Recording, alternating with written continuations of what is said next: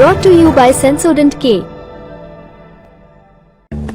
बस बैक नहीं आया। SLS पैराफिन और दूध का करंट भी कौन? तो लाइफ का करंट ऑन? कुछ भी। तो ट्राई करके देख ले। Sensodyne K toothpaste for sensitive teeth。北约所谓的安全，是以牺牲别国的安全为代价的，其所作所为给全球和地区带来了极高的安全风险。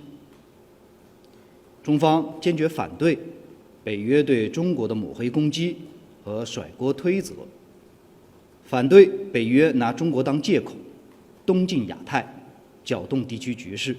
ये थे चीनी विदेश मंत्रालय के प्रवक्ता लिन जियान, जो आरोप लगा रहे थे कि नेटो चीन का इस्तेमाल अपनी गलतियां छिपाने के लिए करता है। ये पूरी दुनिया की सुरक्षा के लिए खतरनाक है। चीन की तलखी नेटो के सेक्रेटरी जनरल जेन्स स्टोलटेनबर्ग के बयान के बाद आई।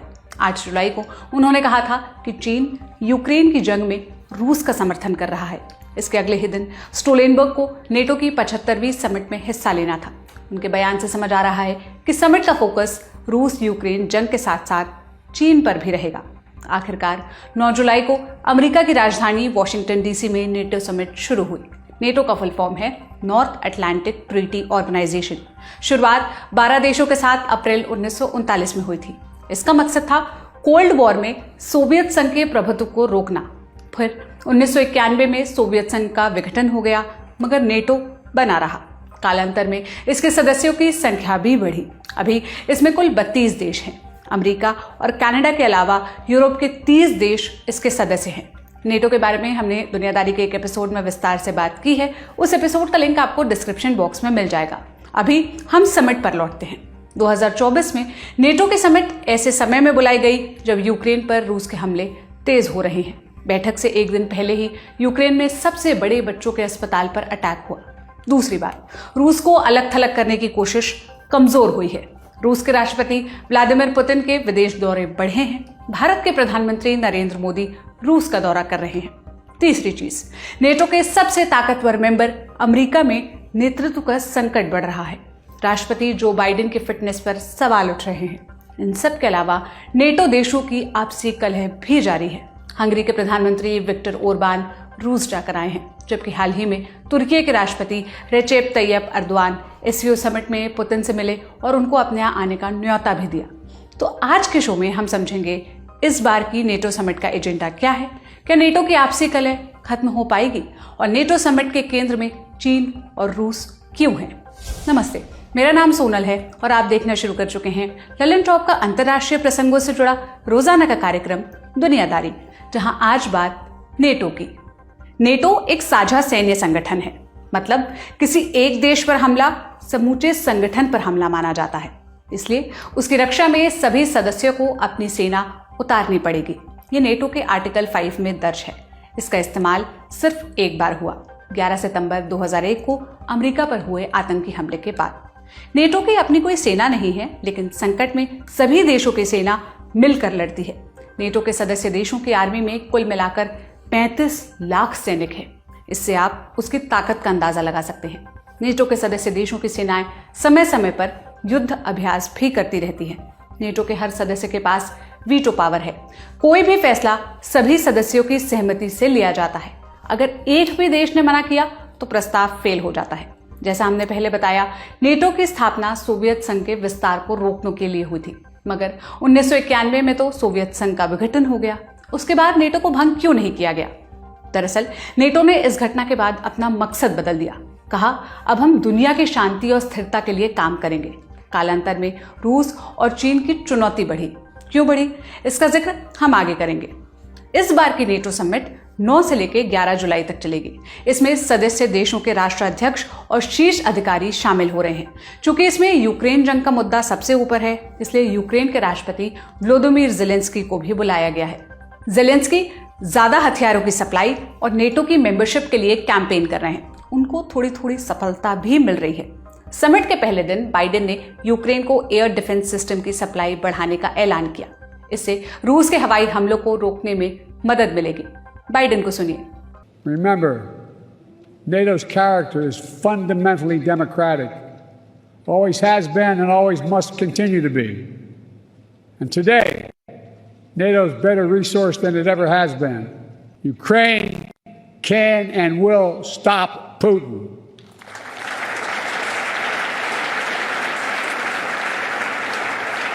Especially with our full collective support. They have our full support. Today, I'm announcing the historic donation of air defense equipment for Ukraine. The United States, Germany, and Italy will provide Ukraine with the equipment for 5 additional strategic air defense systems. And in the coming months, the United States and our partners intend to provide Ukraine with dozens of additional tactical air defense systems. NATO के इस summit से Ukraine को 2 बड़ी उम्मीदें हैं। क्या है वो उम्मीदें? ज्यादा हथियारों की सप्लाई और नेटो की मेंबरशिप। हथियारों की सप्लाई बढ़ाने पर तो पश्चिमी देश राजी हैं, पर क्या समिट में यूक्रेन की मेंबरशिप का रास्ता खुल सकता है? ये सवाल हमने पूछा Manohar Parrikar institute for defence studies and analysis में associate fellow doctor Swasti Rao से। सुनिए। कि भारत नेटो का मेंबर नहीं है, इसीलिए उसको नेटो की समिट में नहीं बुलाया गया। दूसरा, भारत नेटो प्लस का भी मेंबर नहीं है। हालांकि 1 साल पहले ये बात जरूर चर्चा में आई थी कि नेटो प्लस जो है वो इनवाइट करना चाहता है भारत को, लेकिन भारत ने इससे मना कर दिया कि ऐसी कोई चीज अभी टेबल पे नहीं है। इसके पीछे कारण क्या है? देखिए, नेटो एक सिक्योरिटी अलायंस है। अगर आप भारत की दृष्टि से देखते हैं तो भारत एक सिक्योरिटी अलायंस माइंडसेट में भारत विश्वास नहीं करता। भारत का ये मत है कि अलायंस माइंडसेट जो है वो कोल्ड वॉर के संदर्भ की बात है। तो आज के दौर में कोलैबोरेटिव सिक्योरिटी फ्रेमवर्क्स में हम विश्वास करते हैं, ना कि अलायंस फ्रेमवर्क में। अलायंस का मतलब है कुछ गुटबाजी और कोलैबोरेशन का मतलब है जितने ज्यादा लोगों से आप मिलाकर वो एक तंत्र बना सकें वो। तो दोनों का जो अप्रोच है उसमें फर्क है, और भारत जो है वो स्टैंड करता है कोलैबोरेटिव सिक्योरिटी फ्रेमवर्क्स के लिए। रूस यूक्रेन के अलावा और क्या एजेंडे पर है? 4 पॉइंट्स में समझते हैं। पहला पॉइंट, चीन। साउथ चाइना सी के ज्यादातर हिस्से को अपना बताता है चीन, ऐसे इलाके को भी जो अंतर्राष्ट्रीय कानून के हिसाब से उसके नहीं है। इसमें से कई हिस्से पर फिलीपींस और ताइवान भी हक जताते हैं, इसलिए चीन की इस इलाके में झड़प भी होती रहती है। जून 2024 में चीन और फिलीपींस की नौसेना आपस में भिड़ गई। South China Sea global trade के लिए बेहद जरूरी है। नेटो सदस्य देशों के जहाज इसी रास्ते से सामान लाते ले जाते हैं। चीन की उपस्थिति से यह व्यापार प्रभावित हो सकता है।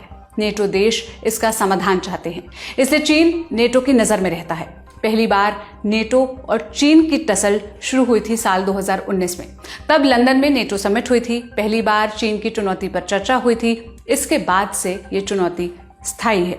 चीन नेटो के एजेंडे पर क्यों है? चीन को लेकर उनकी क्या चिंताएं हैं? एक्सपर्ट से समझते हैं। देखिए, चाइना को लेकर जो नेटो के प्राइमरी कंसर्न है उसमें रशिया को सपोर्ट करना ताकि यूक्रेन का युद्ध जो है वो लंबा चले, वो एक कंसर्न है बिल्कुल।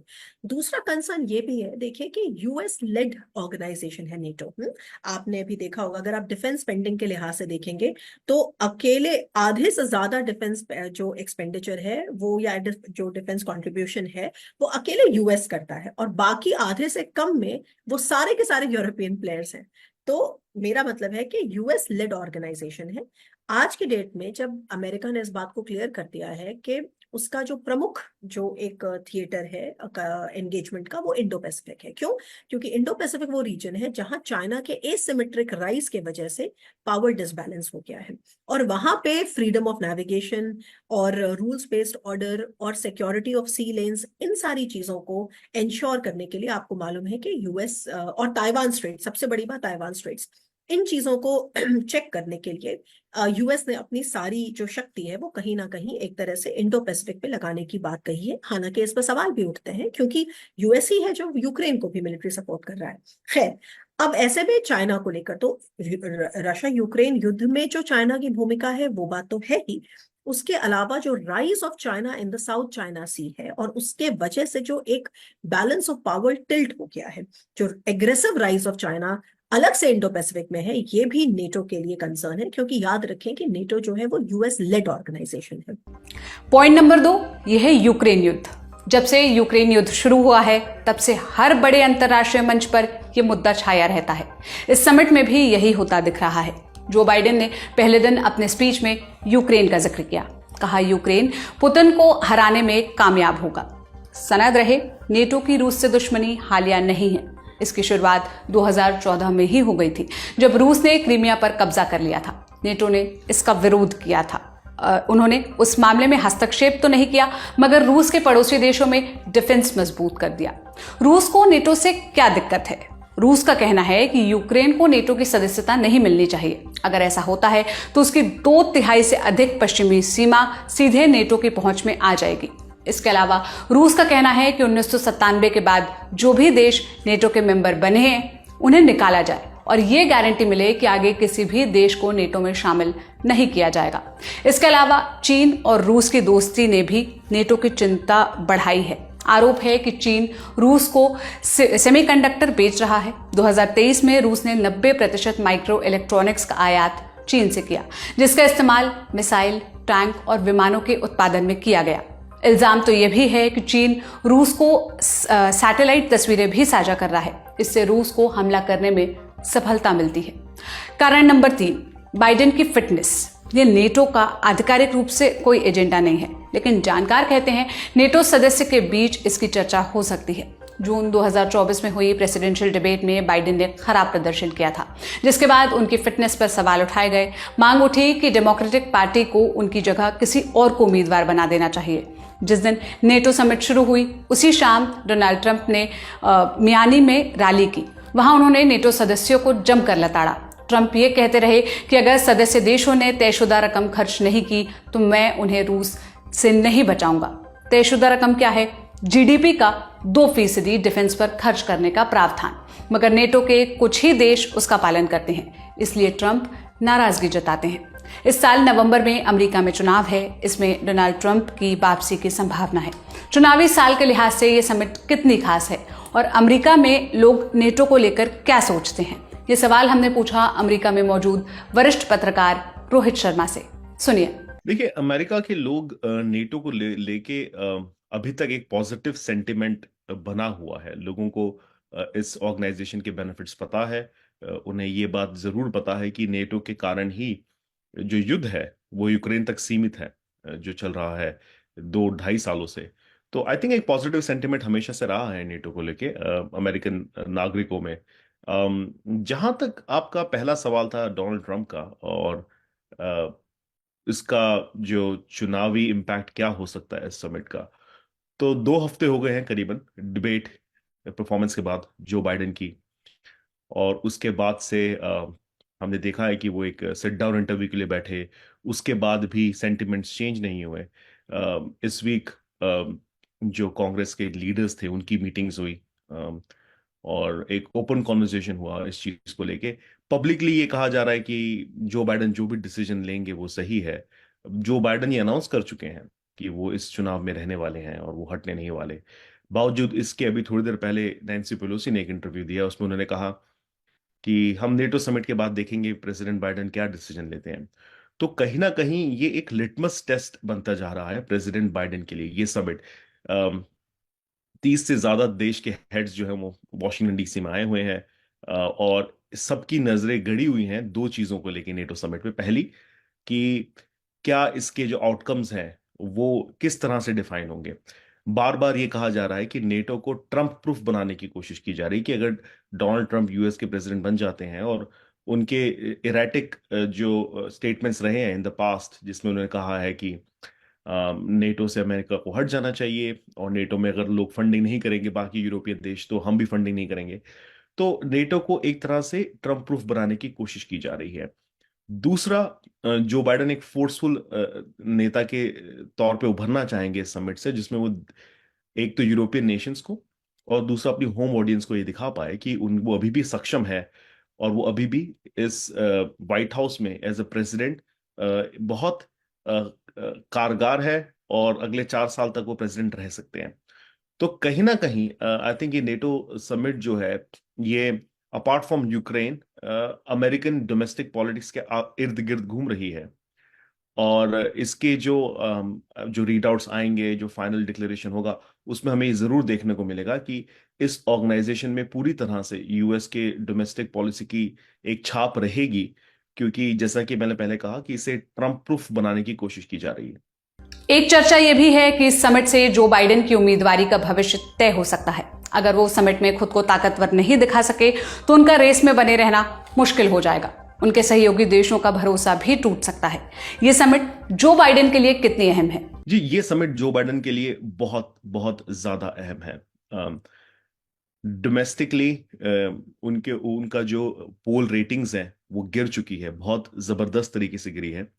कल एक कंपैरिजन आया कि जुलाई में लॉन्ग वीकेंड के बाद, हमारे इंडिपेंडेंस डे के बाद, जो प्रेसिडेंशियल इलेक्शन में जो पोलिंग होती है उसमें जो भी आगे होता है वो जीतता है। ओनली एक्सेप्शन रही है हिलरी क्लिंटन।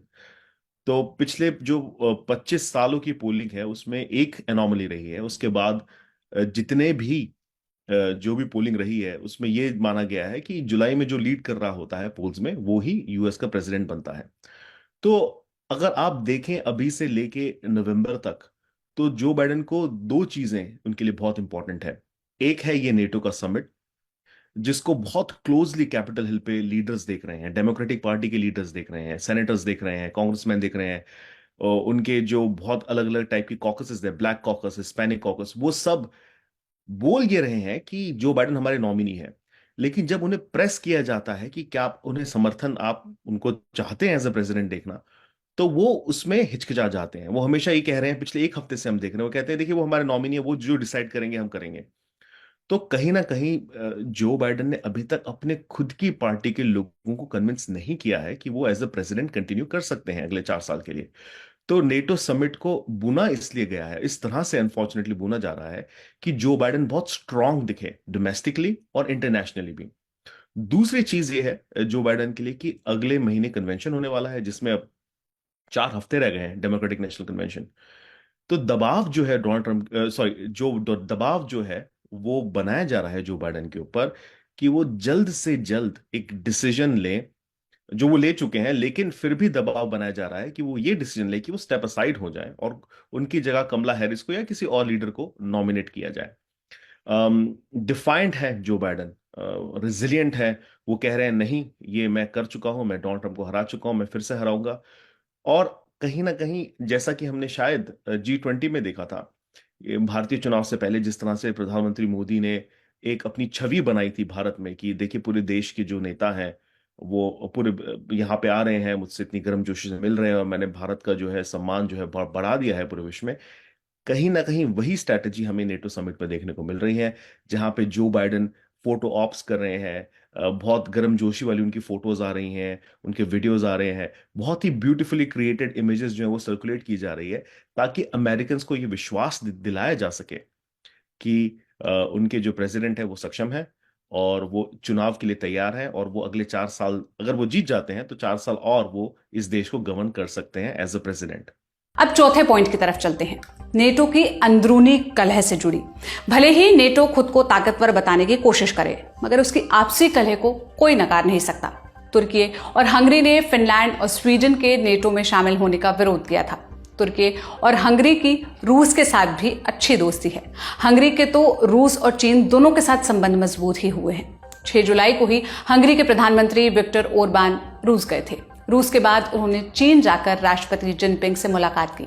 अब नेटो की कुछ खासियतों की बात कर लेते हैं। नेटो ने इस समिट में इंडो पैसिफिक रीजन के अपने पार्टनर्स को दावत दी है।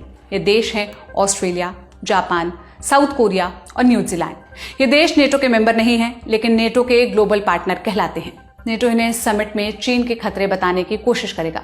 इसमें एक जरूरी सवाल उठता है कि भारत नेटो के ग्लोबल पार्टनर की लिस्ट में क्यों नहीं है, क्योंकि चीन से तो उसकी पुरानी दुश्मनी है। यूक्रेन नेटो का मेंबर नहीं बन सकता था 2014 में क्राइमिया के एनेक्सेशन के बाद, ठीक है, क्योंकि नेटो ऐसे किसी भी देश को अपना मेंबर नहीं बनाता है जिसकी टेरिटोरियल इंटेग्रिटी का क्वेश्चन सेटल्ड नहीं है।